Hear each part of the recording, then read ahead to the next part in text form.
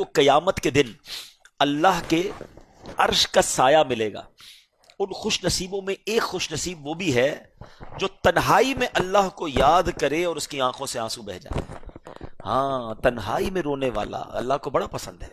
تو نیت کریں انشاءاللہ تنہائی میں بھی دعائیں کریں گے. تہجد ابھی موقع ہے، رمضان میں رات جاگتے ہیں نارملی ہم نا، تو کوشش کیا کریں یہ رات گھومنا پھرنا چھوڑے، گھر کے کسی کونے میں مصلی بچھائیں، تہجد پڑھیں، تو کچھ تلاوت کریں اور پھر اللہ سے باتیں کریں.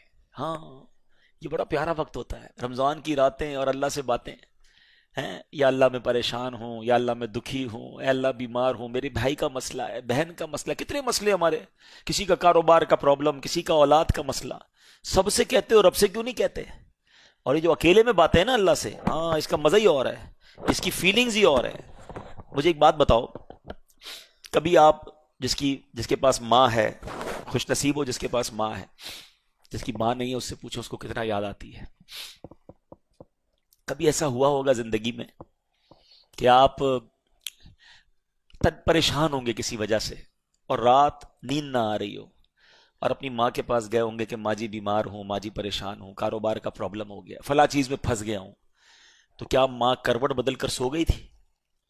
ماں کی نیند اڑ گئی تھی. ماں نے سینے لگایا تھا کہ بیٹا گھبرا نہیں، میں ہوں، اور ماں نے دعائیں شروع کر دی. ایسا ہی ہے نا، یہ ہوتی ہے ماں. ہم سے زیادہ تکلیف میں آ جاتی ہے، پھر بھی ماں کی قدر لوگ نہیں کرتے.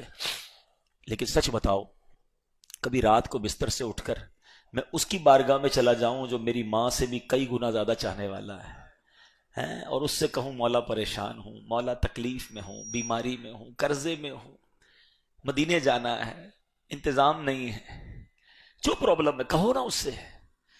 کیا وہ اس کی رحمت تمہیں اپنے دامن میں تمہیں نہیں چھپائے گی؟ یقیناً کرم ہوگا.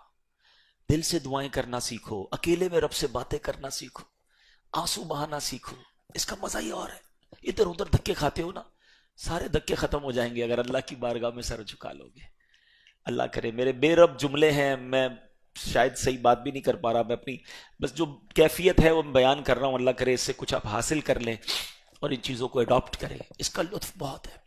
یہ جو رکت قلبی ہے نا، اللہ کی یاد، اس کے حبیب کی یاد، اس کی یاد میں آنسو بہانا، اس کا مزہ ہی اور ہے. اللہ مجھے بھی نصیب فرمائے اور آپ کو بھی نصیب